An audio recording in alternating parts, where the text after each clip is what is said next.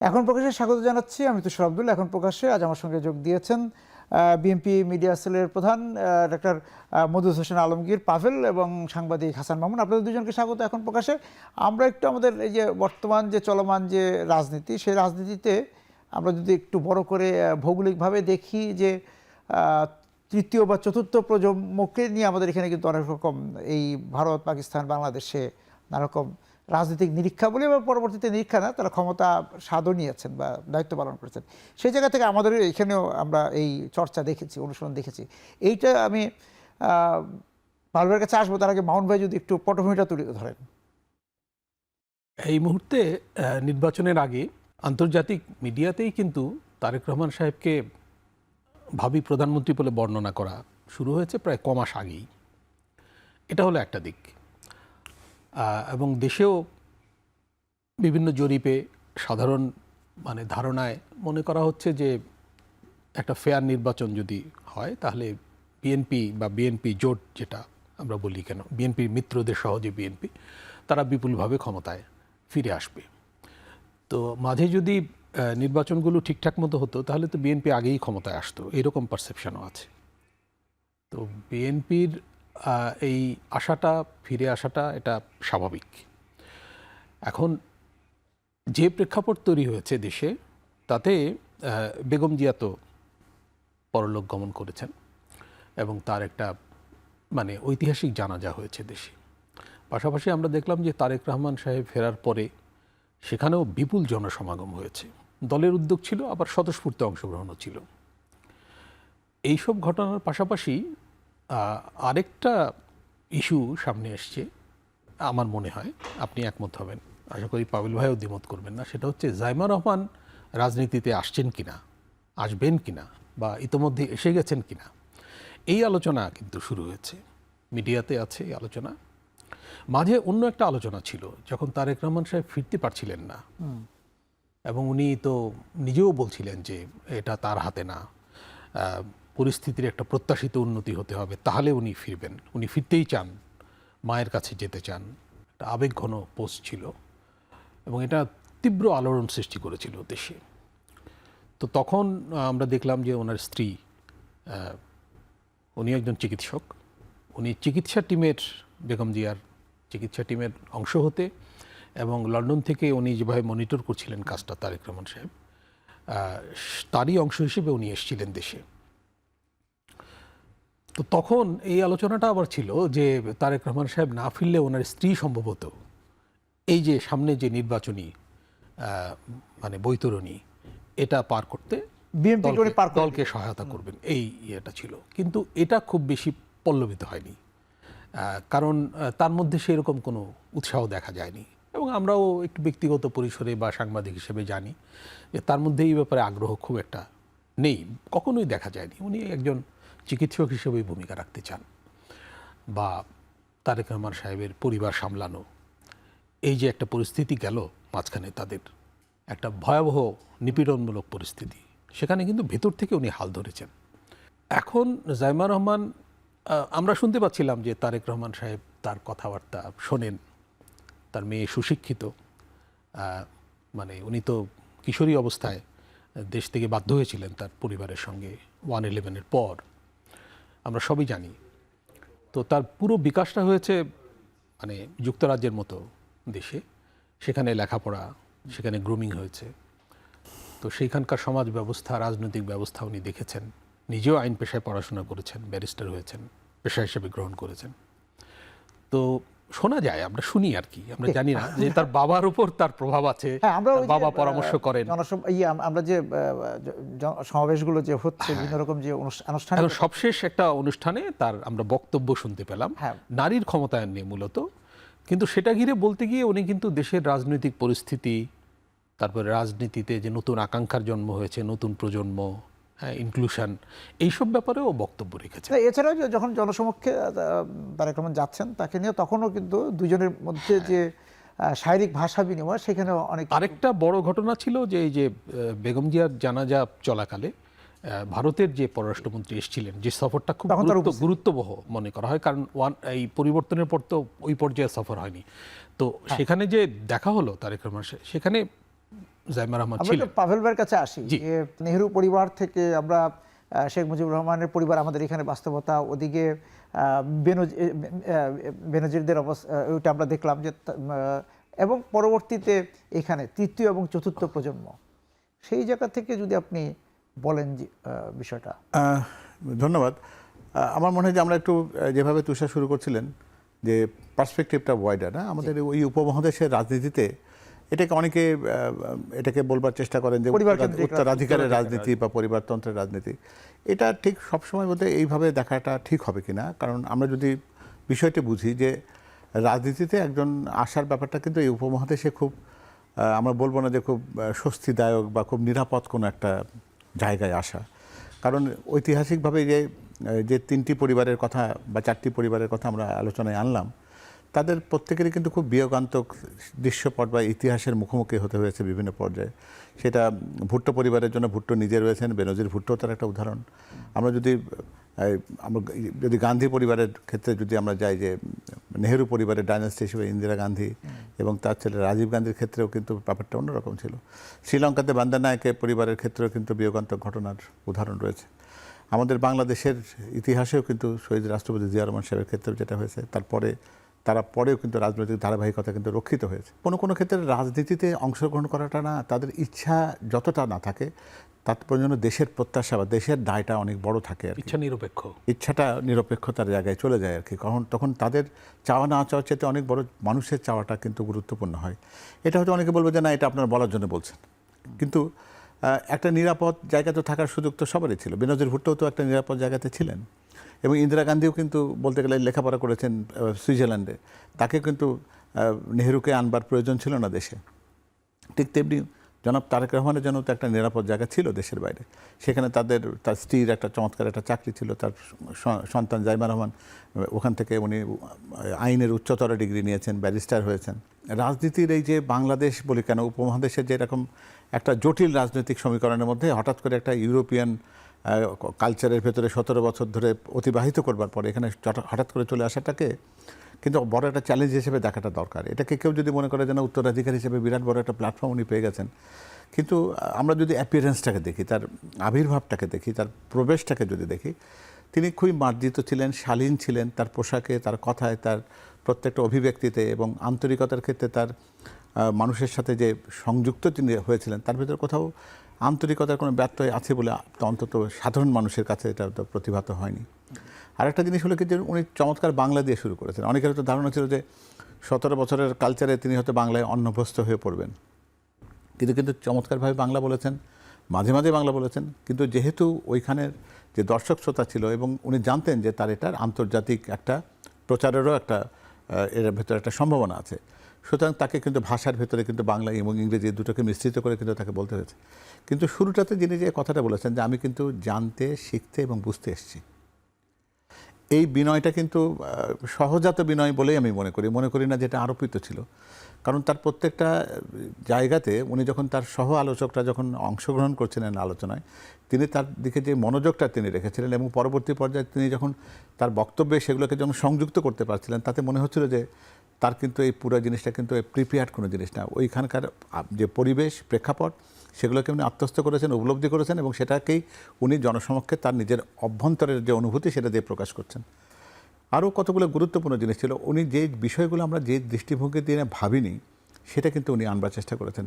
উনি বলেছেন যে আমরা সবসময় লিঙ্গ বৈষম্যের কথা কেন বলি, এই শব্দটিকে বৈষম্যের কথা যদি না নিয়ে যদি বলি যে নারী এবং পুরুষের যোগ্যতার যদি মূল্যায়নটা যদি সঠিকভাবে হয়, তাহলে সেটাকে হয়তো আমরা ওই জায়গাতে দেখব না যে নারীকে আলাদা করে ক্ষমতায়ন করতে হচ্ছে বা তাদেরকে কোটা দিতে হচ্ছে।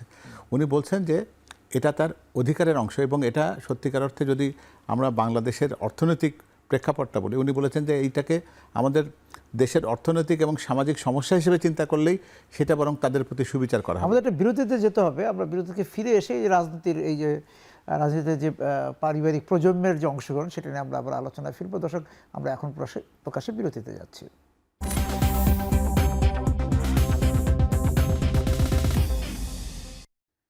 ফিরে এলাম এখন প্রকাশ্যে। মান ভাই, পাভেল ভাই বিলেতি হওয়ার কথাও বলছিলেন যে তারেক রহমান এবং তার কন্যা একটা দীর্ঘ সময় বিলেত থেকে আসলে। আমরা কিন্তু বেনজিরকেও দেখেছিলাম বিলেতে পড়াশোনা করে এসে রাজনীতিতে যুক্ত, এবং এই যে উপমহাদেশের যে রাজনৈতিক যে জলবায়ু, তাতে আসলে কতদিন পর্যন্ত এই হাওয়াটা থাকে?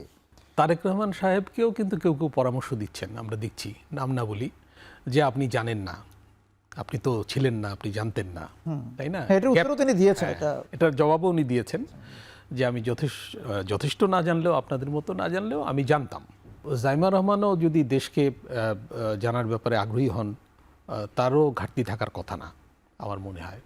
তবে এটা ঠিক যে আমাদের গ্রাউন্ড রিয়েলিটি একটু ডিফারেন্ট আর কি। আমাদের রাজনীতিতে তো বড় ধরনের সংস্কার হয়নি। গণ অভ্যুত্থানের পর প্রত্যাশা ছিল যে রাজনৈতিক সংস্কার হবে, এমনকি দলের মধ্যে সংস্কার হবে। এই আলোচনাটা কিন্তু 111-এর সময় আপনার মনে আছে ছিল, যে খালি শাসনতান্ত্রিক সংস্কার হলে হবে না, দলের মধ্যে সংস্কার। অনেকে বলছিলেন যে এইটা আগে দরকার, যেমন বদিউল আলম মজুমদার সাহেব এটা নিয়ে কাজ করেছেন, আমাদের বদিউল ভাই, যে রাজনৈতিক দলের সংস্কার। তো রাজনৈতিক দলের সংস্কারটা কিন্তু এই আমলে আলোচিতই হলো না সেভাবে, আমরা উপরে উপরে আলোচনা বেশি করলাম।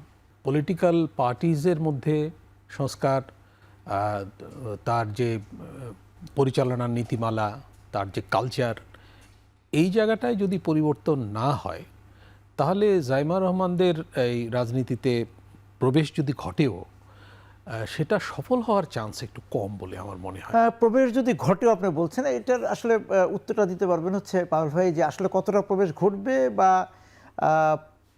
সীমারেখাটা মানে করা আছে কিনা, ঠিক মাপযোগ করা আছে কিনা, যে উনি কতটুকু থাকবেন।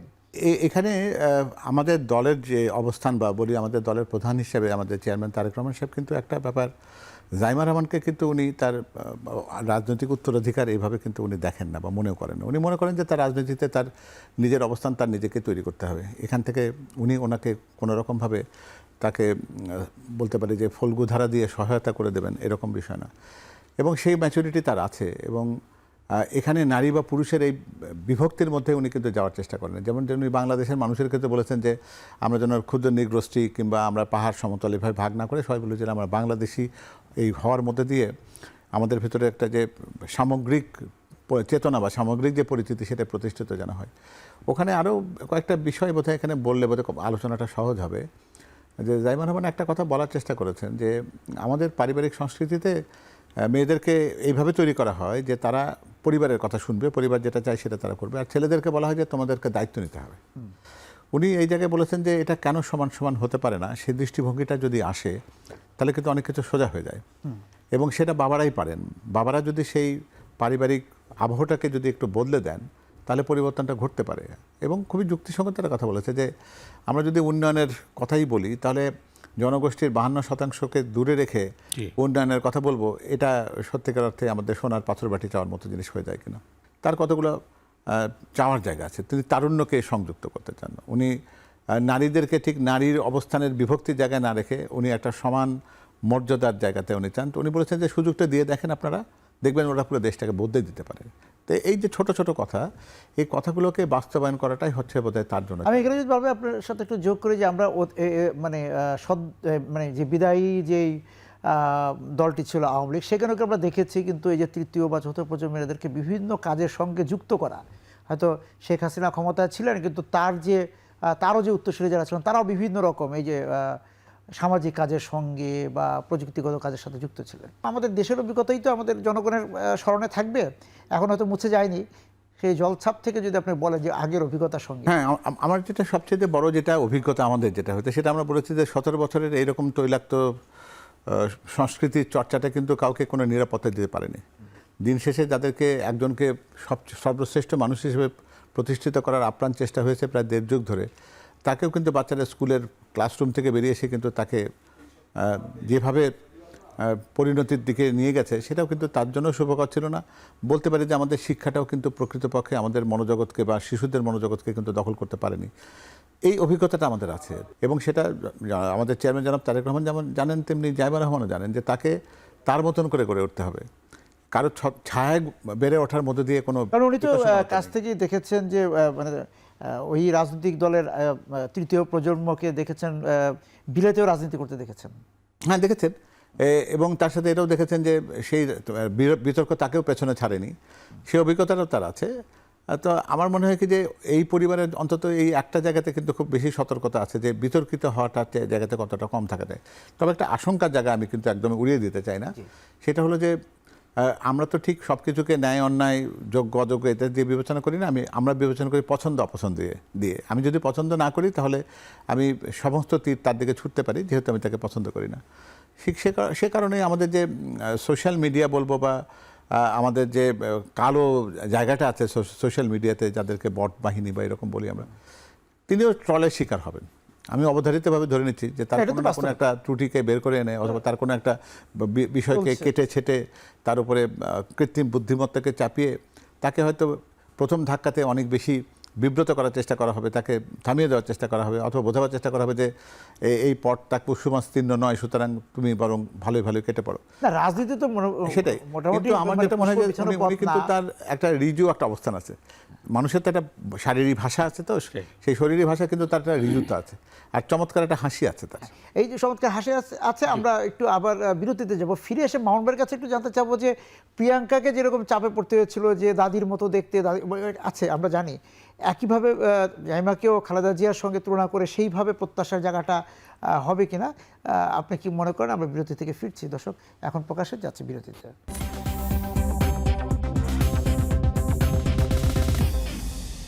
আবারও ফিরে এলাম এখন প্রকাশ্যে। আমরা বিরতিতে যাওয়ার আগে বলছিলাম যে প্রিয়াঙ্কার মতো চাপ, মানে স্নায়ুর চাপে ভুগতে হবে কিনা জাইমাকে,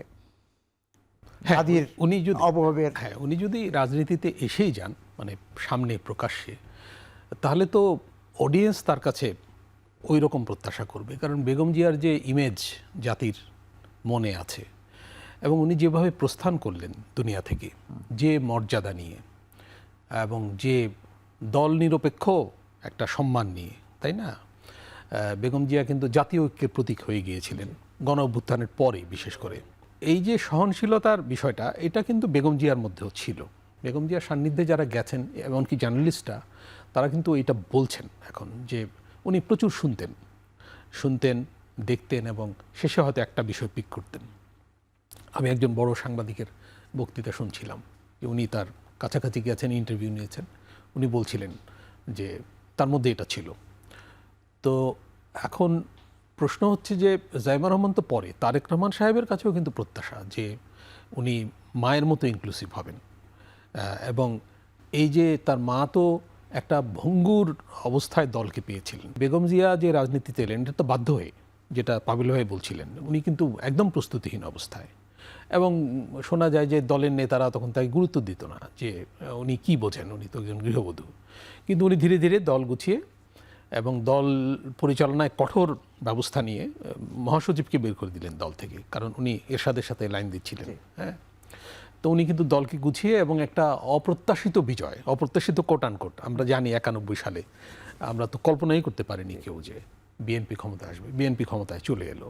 এটা ছিল মানে রাজনৈতিক দল হিসেবে বিএনপিকে উনি যে গড়ে তুললেন একটা গণতান্ত্রিক দল হিসেবে, তারই স্বীকৃতি জনগণ দিল তাকে ক্ষমতায় অভিষিক্ত করে। একটা প্রজন্ম তো জিয়াউর রহমানের শাসন বা রাষ্ট্র পরিচালনা দেখেন, কিন্তু খালেদা জিয়া একটা বেগম জিয়ার লিগ্যাসিটা দেখেছে, এবং সেই জায়গা থেকে ওই যে ইমেজ, সেই ইমেজটাই তো পুত্র মানে মানে বাবা এবং কন্যা দুজনের উপর ছায়া ফেলবে, সেই জায়গাটা কিভাবে মোকাবেলা করবে? হ্যাঁ, এটা আসলে খুবই একটা গুরুত্বপূর্ণ স্পর্শকাতর প্রশ্ন। আসলে খ্যাতিবান পরিবারের সদস্য হওয়ার বিড়ম্বনা অনেক আছে আর কি, এটা খ্যাতির বিড়ম্বনার একটা রূপান্তর আর কি। এই কথাটা কিন্তু আমরা মনে হয় যে জাইমা নিজেও জানে আর কি, তার কথা তো বোধহয় বলেছে এটা। দাদির ক্ষেত্রেও তিনি দেখেছেন যে তাকে নারী শিক্ষাকে সামনে আনার জন্য, গণতন্ত্রকে প্রতিষ্ঠা করার জন্য তার যুদ্ধের ব্যাপারটা। আর তার বাবা সম্পর্কে একটা কথা বলেছেন যে তিনি কনসিস্টেন্ট। তিনি বলেছেন তার সিদ্ধান্ত গ্রহণের ক্ষেত্রে তার একটা বিচক্ষণ সঠিক সিদ্ধান্ত আছে, যেখানে তিনি কনসিস্টেন্টলি থাকতে চান। রাজনীতির ক্ষেত্রে এটা গুরুত্বপূর্ণ, এবং এই যে পুরো জিনিসটাকে তাকে জেনেটিক্যালি তার মধ্যে প্রভাবিত হওয়াটা যেমন একটা তার বংশধারার একটা স্বাভাবিক প্রক্রিয়া, আবার এটাও উনি জানেন যে এটা প্রচণ্ড রকমের জনপ্রত্যাশা তৈরি করে। তার মধ্যে অনেকের প্রতিচ্ছবি দেখতে চেষ্টা করে, তার দাদির চেহারা হয়তো তার ভেতরে অনেকে মনে করছেন যে তাকে আমরা এরকম দেখতে চেয়েছিলাম, তাকে এরকম পেয়েছি। সেটা একটা প্রচণ্ড চাপ কিন্তু একটা, কারণ এই চাপকে সামাল দেওয়ার জন্য একটা শক্তির প্রয়োজন আছে, প্রস্তুতির প্রয়োজন আছে, যেটা মামুন ভাই বলছিলেন যে এরকম তার ক্ষেত্রে যে জিনিসটা ছিল যে বেগম জিয়া একটা ভঙ্গুর দল পেয়েছিলেন, কিন্তু তিনি কিন্তু তার একেবারে বলতে পারি যে অভিজ্ঞতাহীন রাজনৈতিক অবস্থান থেকে সেটাকে কিন্তু মোকাবেলা করেছেন। তার মানে তিনি সময় থেকে শিক্ষা নিয়েছেন, সময় তাকে আস্তে আস্তে শিক্ষিত করেছে। কিন্তু একটা জিনিসে তিনি অবিচল ছিলেন, তিনি দেখেছিলেন যে সিদ্ধান্ত গ্রহণের ক্ষেত্রে অবিচলতা মানুষ পছন্দ করেন। সেটাকে মানুষ হয়তো আপোষহীন শব্দটি বলে, কিন্তু উনি যেটা মনে করতেন যে এটা সঠিক, এটা ঠিক, উনি অন্তরের কথা শুনতেন। সেটা কিন্তু তিনি তার রাজনৈতিক জায়গাতে তিনি তাকে প্রতিষ্ঠিত করেছেন। অর্থাৎ সবাই নির্বাচনে গেছে, এর সাথে সাথে উনি যাননি, এবং জনগণ তাকে পুরস্কৃত করেছে তার এই নেতৃত্বের এই একটা চমৎকার একটা জায়গা থেকে। এই জাইমা যেহেতু এগুলো সবগুলো জানেও, যে এমন না যে তার এটা অজানা আছে, ফলে এটা ঝুঁকি যেমন আছে সেটা যেমন সে জানে, এটার যে একটা ডিভিডেন্ট আছে, এটা যে একটা স্বাভাবিক যে ফল তার কাছে আসতে পারে লাভ হিসেবে, সেটাও সে জানে। এই দুটোর মধ্যে ব্যালেন্স করে তাকে কিন্তু তার নিজের একটা রাস্তা তৈরি করতে হবে, কারণ দিন শেষে কিন্তু তাকে কিন্তু তার মতন করে গড়ে উঠতে হবে। মানুষ কিন্তু কারো প্রতিচ্ছবি বা রেপ্লিকা এটার মধ্যে দিয়ে কিন্তু কোনো সময় কিন্তু সন্তুষ্টি বোধ করে না। মানুষ চাইতে একটা স্বকীয়তার জায়গা, এবং দেশের রাজনৈতিক প্রেক্ষাপটে যদি উজ্জ্বল নক্ষত্রের মতন যদি বিরাজমান হতে হয়, তাহলে কিন্তু নক্ষত্রের নিজের আলোতেই কিন্তু সেটা নিজের আলোতেই জ্বলতে হবে, জ্বলে উঠতে হবে আপন শক্তিতে, সেটা ঠিক। আমি একটু বিরতিতে যাবো ভাই, মামুন ভাই। আমরা ফিরে এসে যেটা বলতে চাই যে 2001-এ যে 4 দলীয় জোট যখন ক্ষমতায় আসলো, তখন আমরা দেখেছি যে বেগম খালেদা জিয়া আর পাশাপাশি তারেক রহমানও কিন্তু তৃণমূলে গিয়েছেন, মাঠে সক্রিয় ছিলেন। আমরা কি জাইমাকে কি সেভাবে দেখবো কিনা, এই উত্তরটা পাওয়ার কিন্তু শুরু করবো, আপনি এটার পর্যালোচনাটা করবেন। আমরা আবার যাচ্ছি এখন প্রকাশের বিরতিতে।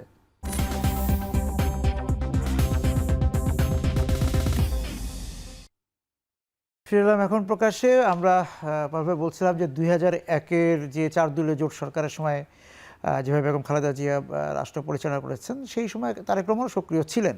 তখন হয়তো সদস্য পদের ছিল, তার আগে থেকেই উনি তৃণমূলে গিয়েছেন, মানুষের কাছাকাছি গিয়েছেন। সেই জায়গায় জাইমাকে দেখা যাবে কিনা? 2001 এবং 2006 সাল পর্যন্ত তখন একটা প্রধানমন্ত্রীর পুত্র হিসেবে তিনি বিকশিত হওয়ার চেষ্টা করেছেন, নাকি তৃণমূলের নেতা হিসেবে নিজেকে বিকশিত করবার চেষ্টা করেছেন, সেটা কিন্তু একটা লক্ষণীয় বিষয়। উনি কিন্তু দ্বিতীয় পথটা নিয়েছিলেন, কারণ তিনি জানতেন যে উপর থেকে যদি আরোপিত হন তাহলে প্রশ্নবিদ্ধ হবেন। সেজন্য উনি নিচের থেকে বিকশিত হতে চেয়েছেন। একটা দলের প্রাথমিক সদস্য পদ থেকে যুগ্ম মহাসচিব হয়েছেন, সেখান থেকে সিনিয়র যুগ্ম মহাসচিব হয়েছেন, এবং পরবর্তী পর্যায়ে ভারপ্রাপ্ত চেয়ারম্যানের দায়িত্ব পেয়েছেন। অর্থাৎ তার রাজনৈতিক উত্তরণের ক্ষেত্রে প্রত্যেকটি সোপানকে তিনি কিন্তু ছুঁয়ে যাওয়ার চেষ্টা করেছেন। এবং জাইমা রহমানের ক্ষেত্রে কিন্তু জানেন উনি প্রেক্ষাপটটা পরিবর্তিত। অর্থাৎ তিনি জানেন যে এই মুহূর্তে তার মূল এনগেজমেন্ট হতে হবে তারুণ্যের সাথে এবং নারীদের সাথে। ঠিক গতানুগতিক রাজনীতির ধারায় গেলে যে তিনি তাদের সাথে সংযুক্ত বেশি হতে পারবেন না, সেটা উনি জানেন। সেজন্য তাদের সংযুক্তির যে জায়গাগুলো আছে, সেই জায়গাগুলোর মধ্যে অগ্রাধিকার যেটা, সেটা কিন্তু ঠিক খুব গুরুত্বের সাথে। এবং সেটা নিশ্চয়ই জুলাই প্রজন্ম যারা, তাদের মানসিকতার চাওয়া থেকে তারা কিন্তু একটা বাংলাদেশ, জবাবদিহিতার বাংলাদেশ চায়, দুর্নীতিমুক্ত বাংলাদেশ চায়, অধিকার চাই, এরকম সম অধিকার, অর্থাৎ কর্মসংস্থানে যোগ্যতার মূল্যায়ন তারা চায়। আগামী দিনের পরিবেশ, যেটা আমরা হয়তো অনেকেই ভাবি না, যে পরিবেশ নিয়ে হয়তো ওদের ভাবনা নেই, এটা কিন্তু ভুল ধারণা। এই প্রজন্ম কিন্তু জানে যে এই পরিবেশ বিপন্ন হলে বাংলাদেশ নামক দেশটাই টিকবে না। সেই জন্য তাদের কিন্তু সে জায়গাতে চমৎকার একটা কনসার্ন আছে। এই বিষয়গুলো কিন্তু জাইমার জানা আছে। ফলে সে তার রাজনৈতিক, আমার যতটুকু জানা আছে যে উনি তার রাজনীতির পরবর্তী সোপান যদি রচনা করতে চান, তাহলে এই যে জিনিসগুলো, তারুণ্যের যে আকাঙ্ক্ষা, তিনি তাদের কণ্ঠস্বর হতে চান। তারুণ্যের এবং নারীর কণ্ঠস্বর হিসেবে সেটা উনি তার রাজনীতির সোপান রচনা করবেন। সেটা তার বাবার ধারার সাথে যে অংশটুকু অভিজ্ঞতা হিসেবে তার সাথে সামগ্রিকভাবে যুক্ত হতে পারে, সেটি তিনি নেবেন। তার যে পারিবারিক উত্তরাধিকারে তার দাদা দাদির যে উত্তরাধিকারটা আছে, সেটাকেও তিনি সন্নিবেশিত করবেন।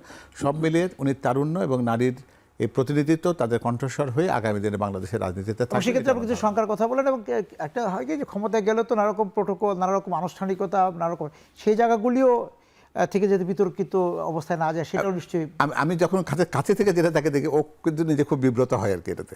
যখন সে দেখে যে তাকে এরকম ঘেরাটোপের মধ্যে পড়তে হয়, তাকে চারদিকে একটা বেষ্টনের মধ্যে থাকতে হয়, তার খুব একটা অস্বস্তি হয়। সে বলে যে আমি তো সবার সাথে হ্যান্ডশেক করতে চাই, হাত বাড়িয়ে দিলে সবার সাথে হাত মেলাতে চাই, কিন্তু সিকিউরিটি হয়তো তাকে বলে যে না, এত দূর পর্যন্ত যাওয়া যাবে না। কিন্তু এই যে আকাঙ্ক্ষার কথাটা, সেটা তো অন্তত আমি আন্তরিকভাবে অনুভব করেছি বলে কিন্তু আমি সেটা জানাতে পারলাম। হয়তো অন্য কারো জানা না থাকলে সে হয়তো এটা বলতে পারবে না।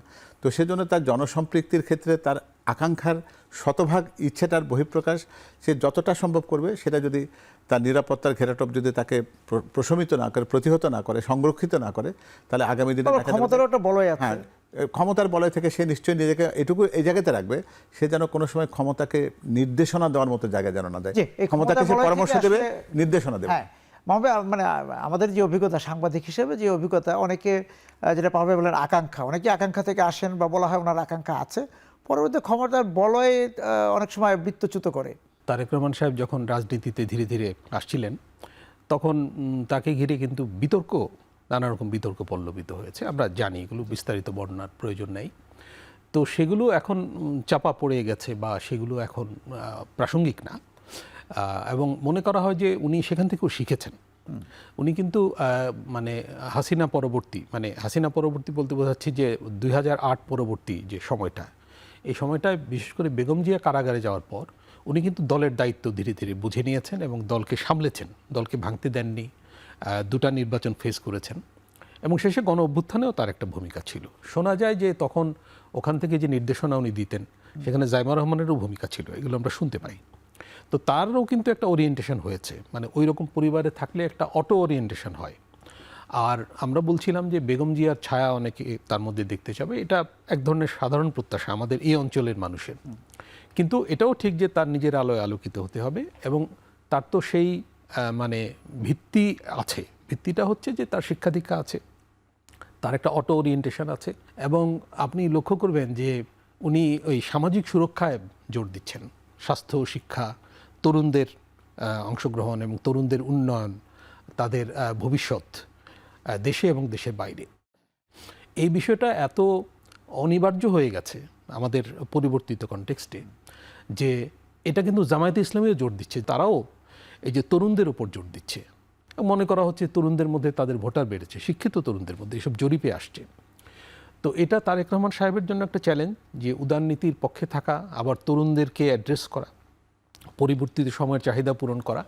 এবং এখান থেকে আমার মনে হয় যে জাইমা রহমানেরও শেখার ব্যাপার আছে। আসলে ওনার এখন প্রবেশ করার চেয়ে দেশের বাস্তবতাটা বোঝা, গ্রাউন্ড রিয়েলিটিতে দাঁড়িয়ে, মাটিতে দাঁড়িয়ে, এটা একটা হচ্ছে তারেক রহমান সাহেবকে ফেস করতে হবে এবং উনি যদি রাজনীতিতে আসতে চান, ওনাকে এই পরিস্থিতিটা মানে যুঝতে হবে। এটাও হতে পারে মোকাবেলা যে এই করতে যে হবে। চতুর্থ প্রজন্ম, যে মুক্তিযুদ্ধ পরবর্তী চতুর্থ প্রজন্মের তো বাংলাদেশ আমরা দেখলাম, সেই জায়গার যে যোগসূত্র হয়তো তারেক রহমানের ক্ষেত্রে জাইমা রহমান হতে পারে, তাদের আর যেটা বললেন যে মনের কথা বোঝা, মনের ভাষা বোঝা। গণ অভ্যুত্থান পরবর্তী বাস্তবতা একদম ভিন্ন। হ্যাঁ, ইয়াংদের আকাঙ্ক্ষাটা বুঝতে হবে বিশেষ করে। তার অবস্থান থাকতে বলে আপনাদের দুজনকে ধন্যবাদ আজকে আমাদের সঙ্গে যোগ দেওয়ার জন্য। দর্শক যারা আছেন আজকে এখন প্রকাশের সঙ্গে, আপনাদেরকে ধন্যবাদ জানিয়ে শেষ করছি আজকের এখন প্রকাশ। শুভরাত্রি।